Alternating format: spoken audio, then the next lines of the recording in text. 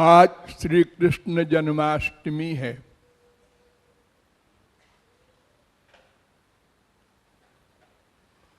लगभग 5000 वर्ष पहले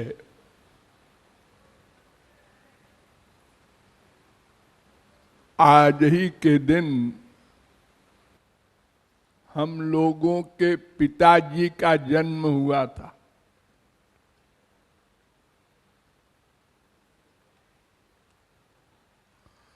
हमारे लोगों के सामने पिताजी का जन्म हुआ था। हंसी की बात है ना। पिता के आगे पुत्र का जन्म होता है तो गधा भी जानता है, लेकिन ये इतना बड़ा आश्चर्य है कि अनंत पुत्र हैं उनके, उन सब के सामने उनका जन्म हुआ था।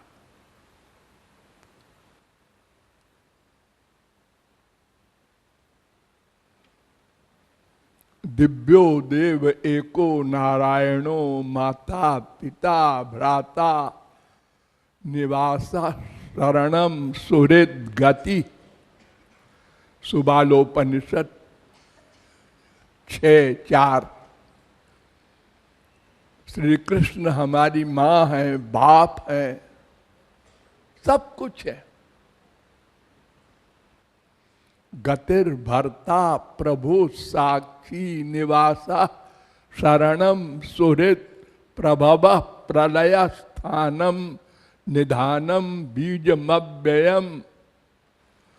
गीता 9:18। अहम सर्वस्य प्रभवः मत्तः सर्वं प्रवर्तते। 10:8। अर्जुन, मैं सबका पिता हूं, ये संसार मुझसे पैदा हुआ है। अरे आप लोग तो जानते ही हैं, वो जगत पिता है, जगदीश्वर है, अनेक नामों से हम उसके पुत्र हैं, अंश हैं।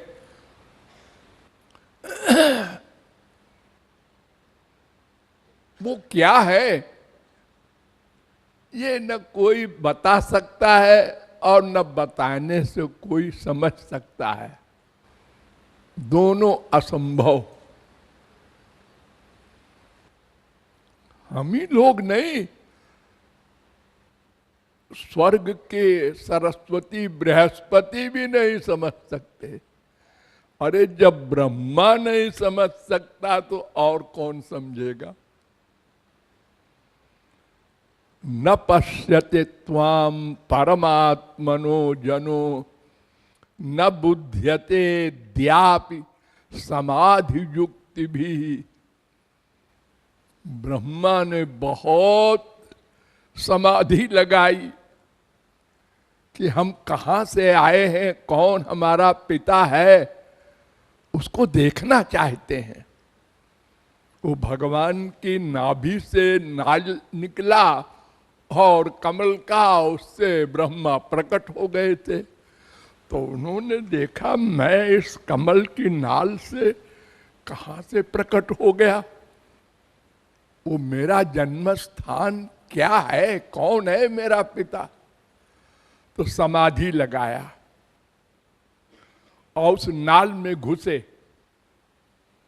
हजारों वर्ष चलते चले गए, उसका अंत ही नहीं मिला, तो बाप कैसे मिलता।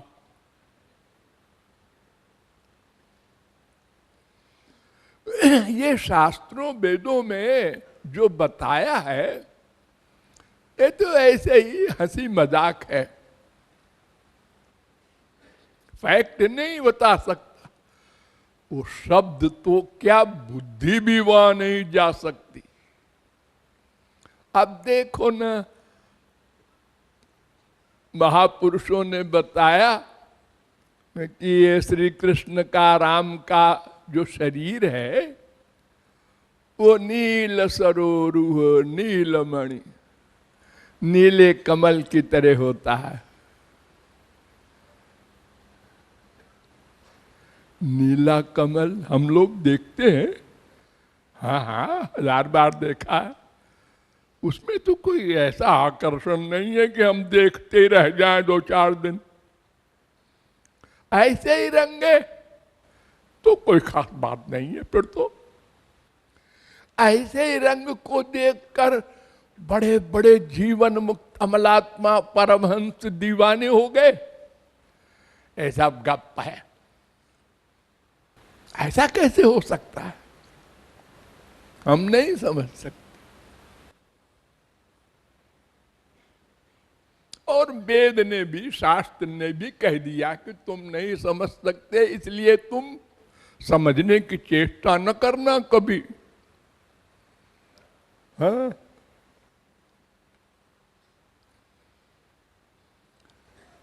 तुम्हारी बुद्धि में वो कभी नहीं आ सकता।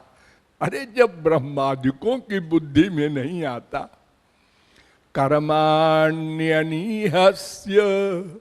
भवो भवस्य ते दुर्गाश्रयो थारि भयात् पलायनम कालात्मनो।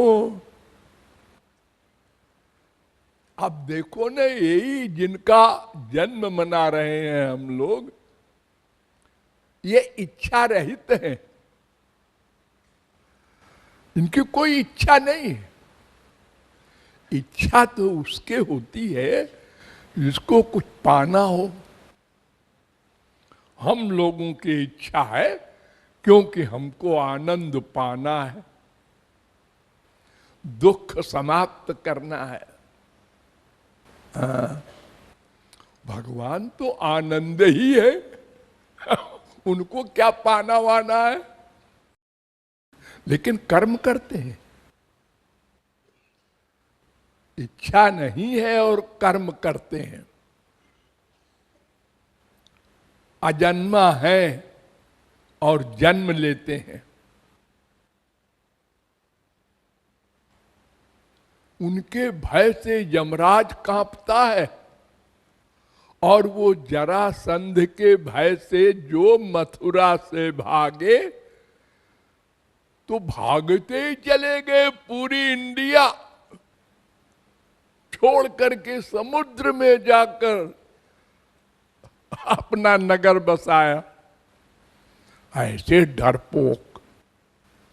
अरे जरासंध तो कुछ दूर गया था खदेड़ते हुए, फिर जब देखा कि ये दोनों भाई भागते ही जा रहे हैं तो लौट आया। लेकिन दोनों भाइयों ने, कृष्ण बलराम ने पीछे देखा ही नहीं कि वो लौट गया कि नहीं, भागते ही गए।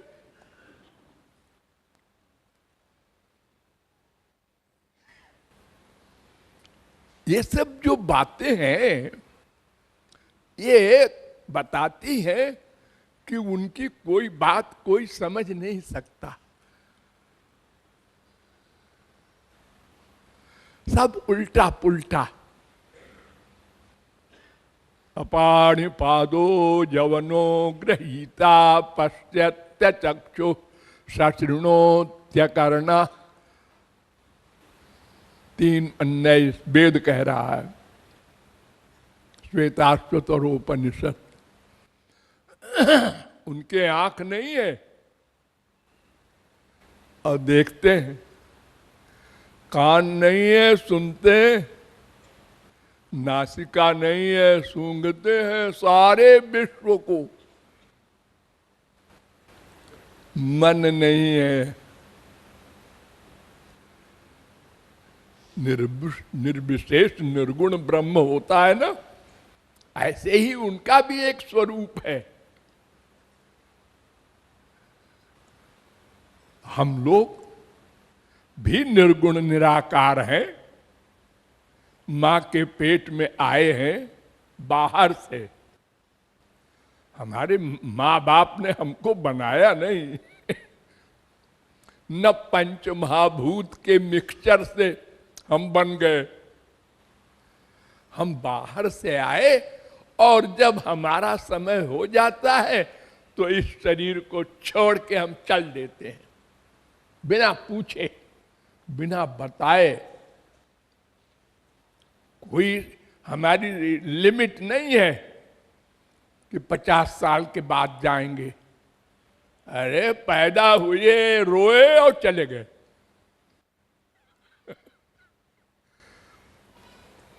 कोई कुछ नहीं कर सकता।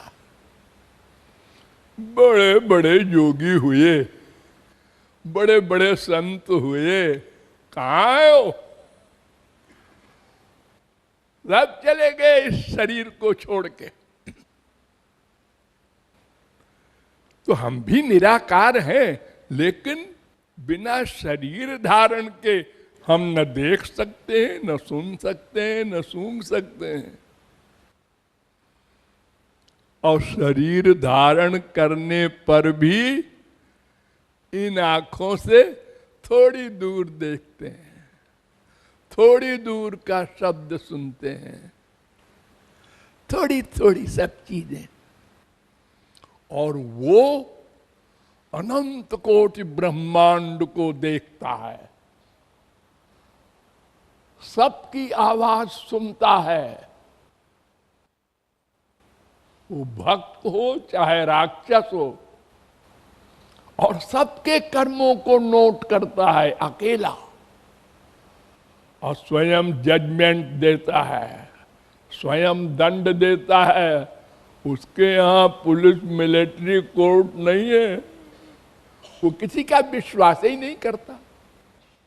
स्वयं अंदर बैठकर नोट करता है और स्वयं दंड देता है। ये उसकी जेल है जिसमें हम लोग बैठे हैं। हम लोग अपने को समझदार समझते हैं। हम लोगों ने एक जेल बना रखी है, हर गवर्नमेंट। ये काहे के लिए जेल बनाया? जो अपराध करता है। अरे सभी तो अपराधी हैं जो यहां आए हैं। बिना अपराध के इस संसार में कोई आता है क्या? क्यों आएगा भला? जिसने पाप किए हैं, जिसने अनेक प्रकार के गलत कर्म किए हैं, उन्हीं को इस संसार में श्री कृष्ण भेजते हैं दंड भोगने के लिए। ये उनका जेल है 84 लाख प्रकार का। तो इसमें भी एक जेल हम लोग बनाते हैं। क्यों? हम लोग अपने को समझदार समझते हैं। हमारे अपने पागल खाने के सब पागलों की एक पार्टी है।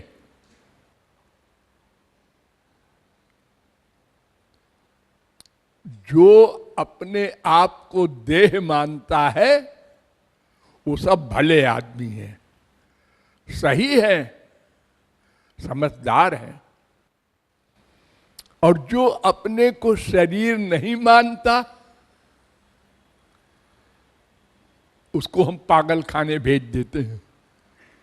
तुम कौन हो? हंस देता है। तुम्हारे पिताजी कहाँ हैं? फिर हंस देता है। अरे तो गया मेंटल हो गया, इसको ले चलो पागल खाने में। ऐसे ही हम लोगों ने अपने आप को आत्मा नहीं माना, शरीर माना, और शरीर मान के संसार में अटैचमेंट किया, और संसारी सुख के लिए अनंत पाप किए, अनंत कर्म किए। तो भगवान ने जेल में भेज दिया।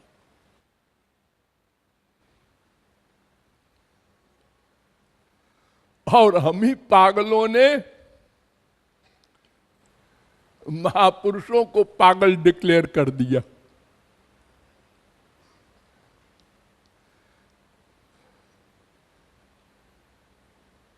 जब महापुरुष हम लोगों से कहते हैं कि तुम मूर्ख हो, अपने आप को देह मानते हो, तो हम लोग आपस में मीटिंग करते हैं ये गड़बड़ है।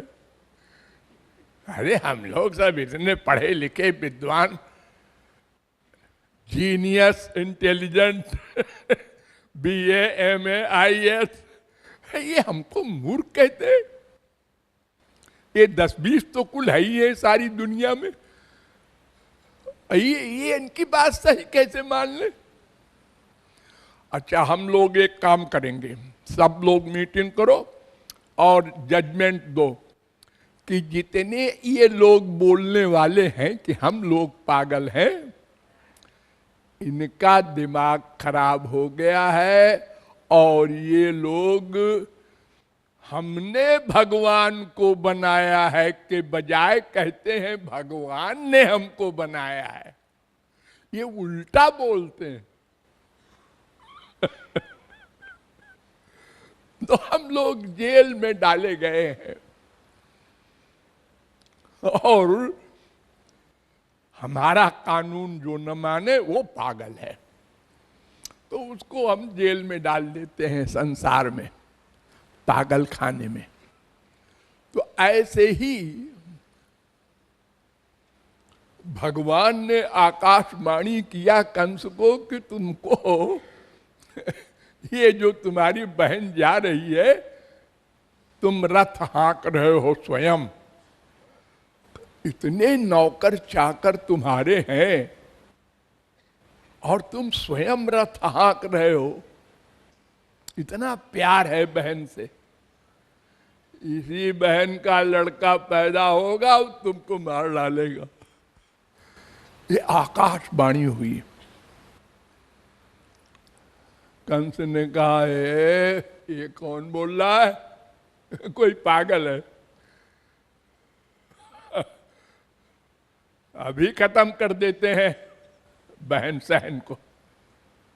भाड़ में जाए ऐसी बहन जो हमको ही मार डालने की प्लान बनावे, तो ऐसे बाप माँ बेटा सबका मर्डर कर देंगे लोग, फिर काहे का रिश्तेदार है वो।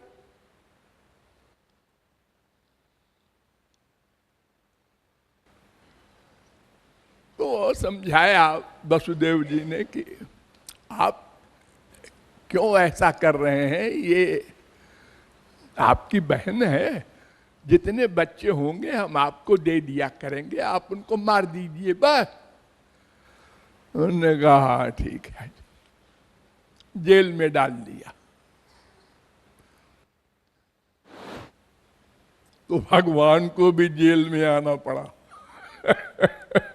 हम सबको वो जेल में डाले हुए हैं, लेकिन वो स्वयं जेल में आए। भगवान को शर्म वरम नहीं है।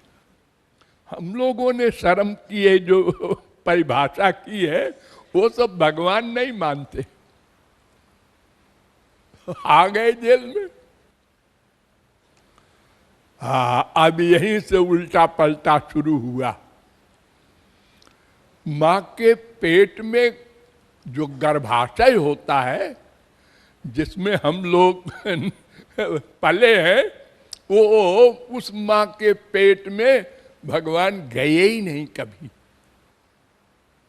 अरे वैसे तो सर्वव्यापक है, लेकिन श्री कृष्ण उस गर्भाशय में नहीं गए।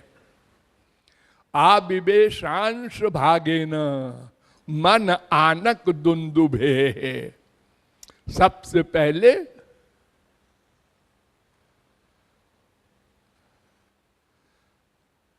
वसुदेव के मन के अंदर गए, मन के अंदर, मन आनक दुंदुभे।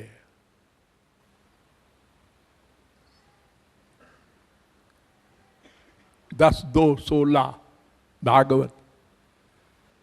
और फिर वसुदेव के मन से निकलकर देवकी के मन में चले गए। और वहीं से बैठे बैठे मन में, पेट में नहीं, देवकी को ये फीलिंग शुरू करा दी कि मेरे बच्चा होने वाला है। और जैसे बच्चा पैदा होने के लक्षण होते हैं संसारी मां के, ऐसे ही लक्षण भी करने शुरू कर दिए। अरे उनके लिए तो कोई आश्चर्य की बात है ही नहीं। वो तो असंभव को संभव करते ही है। अब माँ को फीलिंग हो रही है, उल्टी होने लगी, अब सबको आउट हो गया कि बच्चा होने वाला है। फिर इसके पहले के सब बच्चे मार दिए गए।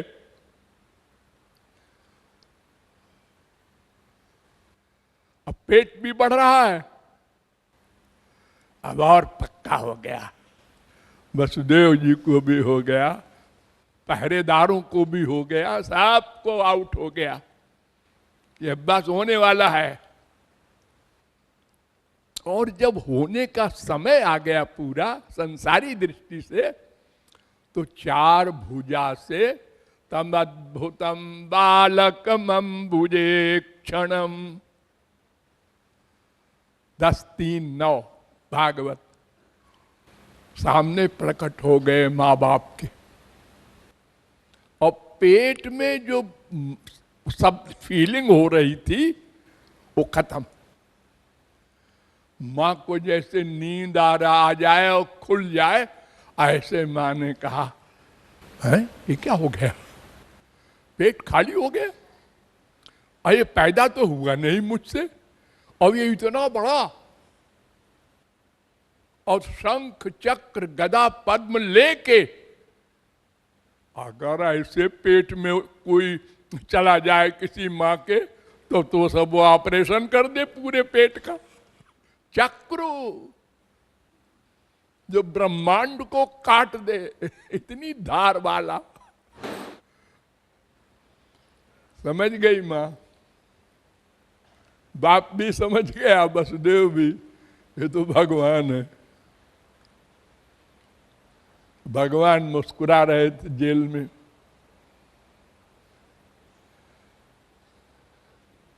स्तुति किया, जान गए भगवान है, और स्तुति करके कहते हैं, मैंने तो बेटा करके तुमको मांगा था कि तुम बेटा बन के आना, तुम तो बाप बन के आ गए। ये तो तुमने वरदान जो दिया था उसका पालन नहीं कर रहे हो। उनने कहा कि पिताजी ऐसा है कि मैं पहले बताने आया हूं कि मैं वही हूं जिसने तुमको वरदान दिया था। अगर मैं ऐसे ही छोटा सा बच्चा बन के आता तो तुम कहते क्या पता ये वही है कि और कोई देवता है कि और कोई मनुष्य है आ गया। इसलिए मैंने प्रमाण दिया है कि मैं भगवान हूं। अब देखो अब मैं नाटक शुरू करता हूं। हाँ, लेकिन देखो बताना मत किसी से अभी कुछ, मैं कौन हूं। और छोटे से बच्चे होके रोना शुरू कर दिया। आप जेल में खबर हो गई, पहरेदारों को बच्चा हुआ, कांव कांव करने लगा। कंस के पास खबर गई। तो जब तक कंस के पास खबर जाए और कंस तैयार होके मुस्कुराता हुआ चले, ये है मेरा हत्यारा, इसको समाप्त करना है, तब तक नाटक दूसरा शुरू हो गया। संसार में बाप बेटे को लेकर के भाग सकता है जेल से, यहां बेटा बाप को लेकर जेल से फरार हो गया। सब उल्टा पुल्टा हो रहा है। जेल के ताले खुल गए, पहरेदार सब समाधि में चले गए और लेफ्ट राइट चले जा रहे हैं। और उसके बाद फिर पहरा फाटक बंद हो गया।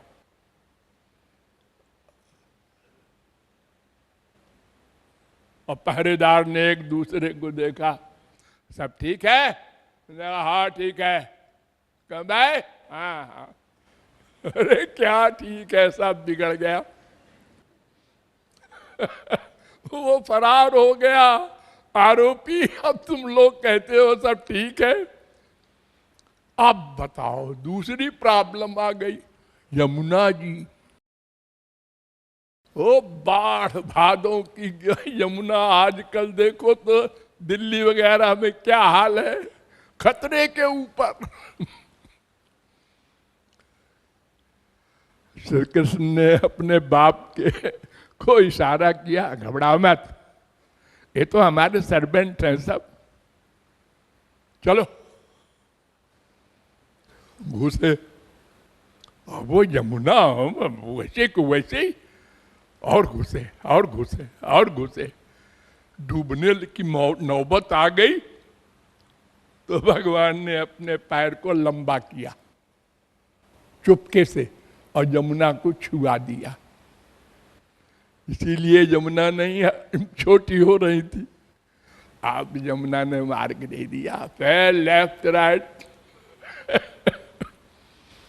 वहां पहुंचे गोकुल में, वहां भी पहरा, वो भी बड़े आदमी थे, वहां भी सब जगह हर जगह गेट कीपर, सबको सुला दिया। वहां भी गेट खुल गए। रात को 12 बजे तो संसारी आदमी सब कमरा बंद करके सोते हैं। और फिर वहां भी बच्चा पैदा होने का मामला था, यशोदा के लड़की, वहां भी बेहोश कर दिया यशोदा को। उनको भी नहीं मालूम पड़ा कि लड़की हुई कि लड़का हुआ।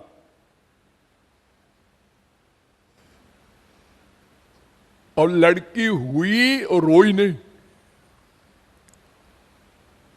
कोई जाग जाएगा। वो लड़की तो कोई कॉमन लड़की थी नहीं, योग माया थी। तो इधर ये कमरे के अंदर कमरा, पुराने जमाने में जब माँ के बच्चा होता था तो बहुत प्राइवेट कमरे में उसको रखते थे, वहां कोई जा न सके। और बड़े आदमी का घर था वो, तो महल, सब जगह चले गए लेफ्ट राइट करते, सब नौकर नौकरानी सो रहे। और यशोदा के पास भी पहुंच गए, देखा कन्या एक लेटी है और वो रो नहीं रही है। समझ गए वसुदेव जी कि ये गुरु घंटाल की कार्रवाई है। तो भगवान ने अंदर बैठ कर कहा है, हमको यहीं सुला दे, इस लड़की को लेकर चल। सुला दिया और लौटे, सब सो रहे हैं, दरवाजा खुला है सब। जब कुछ दूर चले गए तो फिर सब दरवाजा बंद हो गया और ठाकुर जी यहां पर रोने लगे गोकुल में। अरे बच्चा हो गया, बच्चा हो गया, क्या हुआ क्या हुआ, लड़का हुआ लड़का हुआ, हल्ला मचा, नाच गाना सब जो कुछ हमारी दुनिया में होता है वहां भी होने लगा। और उसी प्रकार यमुना को फिर मार्ग मिल गया और लड़की को लेकर फिर उसी प्रकार आ गए और फिर सब सो गए पहरेदार, और फिर गेट बंद हो गया, खुल गया और फिर आ गए जेल के अंदर। ये सब इतनी जल्दी हो गया कि कंस आ नहीं पाया जेल में, ये सारा कांड हो गया। अरे मथुरा से गोकुल पैदल कोई जाएगा तो 3-4 घंटे तो कम से कम लगेगा, 6 मील है, और फिर लौटेगा। लेकिन वो योग माया का सब नाटक था। तो जब यहां आ गए तो कंस आया, उनने कहा हुजूर, अंदर रोने की आवाज आई थी, कुछ हुआ है? गए अंदर, देखा लड़की थी, ने कहा वो तो लड़का कह रहे थे होगा, वो मारेगा, ये तो लड़की है। तो क्या पता उस मायावी का लड़की बन के आ गया हो, इसको भी मारना है। अपन डाउट का काम नहीं करते। हाँ, तो लड़की का भी पैर पकड़ के यों घुमाया और चट्टान पर फेंकने के लिए, तो स्लिप करके हाथ से वो ऊपर चली गई और गायब हो गई। कहीं छत नहीं फूटी है कि ऊपर से छत फोड़ के गई। अलौकिक शक्ति थी वो तो। और आवाज हुई ऊपर से, तेरा मारने वाला ब्रज में आ गया है, हमको मारने आया है गधा।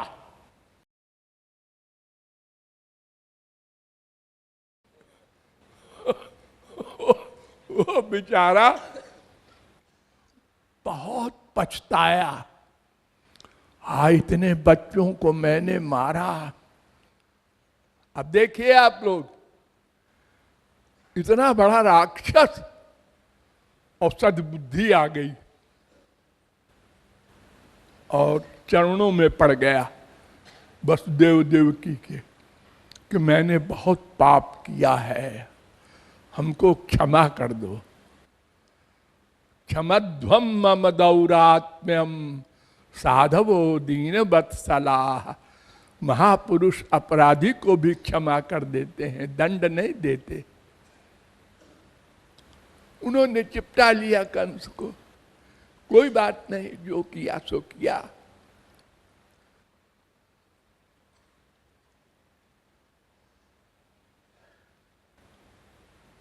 और घर गया, वहां जाके मंत्रिमंडल की बैठक बुलाई और कहा देखो भाई मैंने बहुत पाप किया है और अभी ये सब नहीं करना है। मंत्रियों ने कहा अरे साहब क्या बोल रहे हैं आप, वो ब्रिज में कहीं न कहीं है और यहाँ पे ये क्या हो गया है आपको, ऐसा है ऐसा है ऐसा है, ये कुसंग मिला। तो उन्होंने कहा हाँ तुम लोग ठीक कहते हो, कहीं है ब्रिज में, उसको मारना है।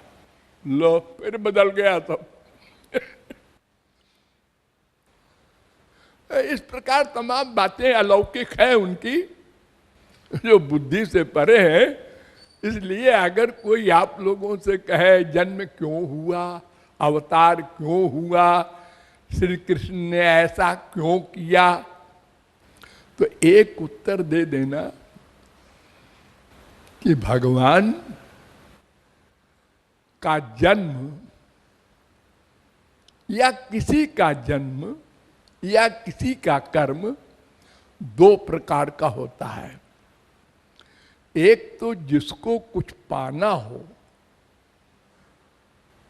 उसका कर्म,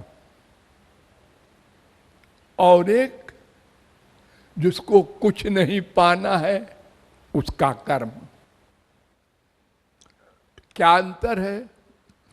जिसको कुछ पाना है वो जो कर्म करेगा अपने लिए ही करेगा, ही लगा देना। जैसे हम लोग प्रत्येक क्षण जो कुछ करते हैं अपने सुख के लिए, हमको सुख मिला नहीं, पता नहीं वो सुख क्या होता है, कैसा होता है, लेकिन वो नहीं मिला है। ये जो मिलता है ये छिन जाता है, संसारी सुख। इसलिए हमारा प्रत्येक कर्म अपने सुख के लिए होता है। यह भी इकट्ठा करो, यह भी करो, यह भी लाओ, उसको भी लाओ, उसको भी लाओ। सारे संसार से कहीं से मिल जाए सुख, मम्मी से, पापा से, डैडी से, बीबी से। बेचारे सब भिखारी हैं, कहां से तुमको सुख दे दे। एक भिखारी दूसरे भिखारी के पास जाता है तो वो भिखारी कहता है हाँ लो सब कुछ दे दिया। तो तुमने तो दिए ही नहीं। अरे तो कुछ है ही नहीं तो कहां से देता मैं तो तुमसे आशा लगाए बैठा हूं। सब धोखे में। और जिनको आनंद मिल गया या जो स्वयं आनंद ही है, वे कोई काम करेंगे तो दूसरे के लिए करेंगे, अपने लिए तो कुछ कर ही नहीं सकते। अगर करें तो हम लोग मुकदमा दायर कर दें उनके ऊपर, उन्हीं के कोर्ट में। तुमने क्यों किया? तुमको तो कुछ पाना नहीं।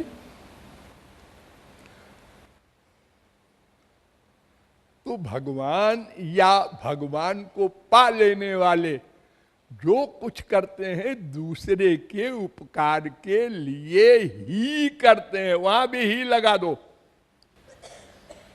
जैसे हम लोग अपने लिए ही कर्म करते हैं, दूसरे के लिए कर्म करना ये धोखा है। और ऐसा बढ़िया धोखा है इसके लिए 2000 का काम कर दो तो 20,000 वसूल करेंगे। ये चालाकी है।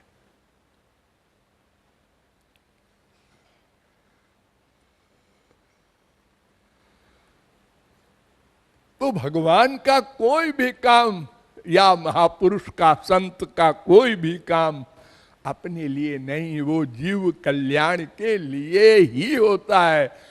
इसलिए भगवान का जन्म, अवतार, कर्म, जो कुछ भी इस जेल में आने का है वो ऐसा ही है जैसे संसारी जेल में पुलिस भी जाती है, मजिस्ट्रेट भी जाता है, डॉक्टर भी जाते हैं और कभी कभी मिनिस्टर भी जाता है मुआयने के लिए। लेकिन ये कैदी बन के नहीं जाते। ये देखभाल के लिए कोई गलत इंतजाम तो नहीं हो रहा है, मरीजों को ठीक खाना मिल रहा है, सड़ा आटा तो नहीं मिल रहा है, ये सब ऐसे ही भगवान जीव कल्याण के लिए ही अवतार लेते हैं, सब कर्म करते हैं। डिटेल फिर बताएंगे।